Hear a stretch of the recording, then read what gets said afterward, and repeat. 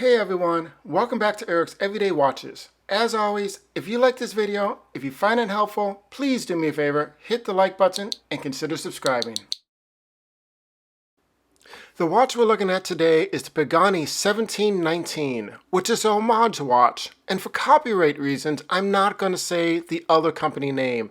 Instead, I'm going to refer to it as DOT, another watch company. I'm sure you can figure it out. Now, before I got this watch, I thought I would love this thing. Now, this is right up my alley, but I kind of don't. And I'll share with you why. But first, it does come in this fairly nice dark blue rigid packaging with the Pagani logo embossed on the top. And I would say it makes for a nice presentation if this is going to be a gift. Inside, we see it does come with some extras, including a microfiber cloth, user manual, a warranty card, unsigned of course, and an extra NATO strap. It also comes with this tool. The watch is presented on a simple cut-out piece of foam. I hope you weren't expecting an actual watch pillow. Now this watch can be picked up online at AliExpress for around $120 or a gray market seller such as Amazon for around $160. The case, bezel, and strap are all 316 stainless steel. There's a radial brushed finish which follows the top of the case. The sides of the case have a high polish and are really kind of nicely done. It's almost a mirror finish. This watch has a dual finish to it, with the top of the case and bezel being brushed and the sides being a high polished. The beads of rice bracelet also has a dual finish to it, with the outer links being brushed and the inner links being polished. For fit and finish, the edges and corners of the case are nicely rounded off and are smooth to the touch.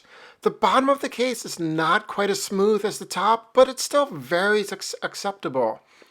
During my everyday use of this watch, I did notice that the brushing on the bracelet end links are not in the same direction, of course, as the brushing on the case. And what that means is, depending on the light you look on it in, it may appear to be a slightly different color. On the back of the watch, there's a screw-down case back with a turtle motif, and I gotta admit, I do actually like it. I wish more manufacturers would put more thought into the case back. There's also text that reads stainless steel, Pagani Design 1719, and diver 300 meters. Now, I want to point out that this is not a certified dive watch. Inside the case, we have Seiko's NH38 movement. And now that is the unbranded version of the Seiko 4R38. And that movement is a 24 jewel movement, and it does hack and it does hand wind. It is also rated for -20 to +40 accuracy per day. It has a 41-hour power reserve and beats at 21,600 beats per hour. It also has a bi-directional router. Now this movement also has a no date feature, which is nice because it means that there's no ghost position when pulling out the crown. In everyday use, I did notice something odd. When rotating my wrist, I can hear a sound that sounds like ball bearings. And I know it's not ball bearings, it's most likely the router, but I've never heard this sound before from any of my watches. And it's odd because Pagani's not making the movement. It's a Seiko movement. So I don't know if it has to do with the case or if I just happened to pull the short straw and get a bad watch. The sign crown at the 3 o'clock position is 7 millimeters in width and 4 millimeters in depth and has a knurling pattern to it. It is a screw down crown, and there's only one position when you pull it out to adjust the time. Now, I did have some issues with this crown. It doesn't rotate smoothly. It feels like there's sand in it.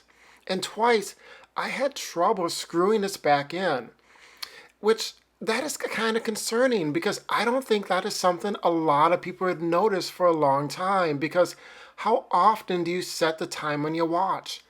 I only noticed it because I'm doing a review and I go through these steps numerous times. So let's talk about the dial. I love the colorway on this watch. The blue dial with the contrasting white and black hands and indices. And I like the fact that the indices have depth to them. Now the hands on this watch are not the same as on the watch that pays homage to. And personally, I'm glad they're not. A direct copy is really not my thing. And for my taste, this watch is a little too close to the original as it is. Now the hands and indices are loomed, but they just seem to fade quickly.